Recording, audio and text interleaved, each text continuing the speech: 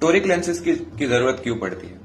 तो कई लोगों को कैटरेक्ट के समय जब उनका चेकअप करते हैं तो पता चलता है कि उनका आंखों के कॉर्निया का शेप जरा अलग है, उनके कॉर्निया के ऊपर सिलिंड्रिकल पावर है।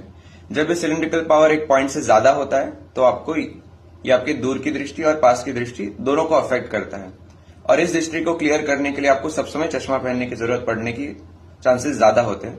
इसलिए आपका ये विजन को और ज्यादा क्लियर करने के लिए, और क्लियर और शार्प और ब्यूटीफुल करने के लिए जो आंखों के अंदर की जो ये कॉर्निया की सिलिंड्रिकल पावर है, जिसे टोरिसिटी कहते हैं, ये टोरिसिटी को नलीफाई करने की जरूरत होती है। ये नलीफाई करने वाली लेंसेज, जिससे कि आपका ये सिलिंड्रिकल पावर को हम नेगेट कर पाएंगे, उस लेंसेज को कहते हैं टोरिक लेंसेज।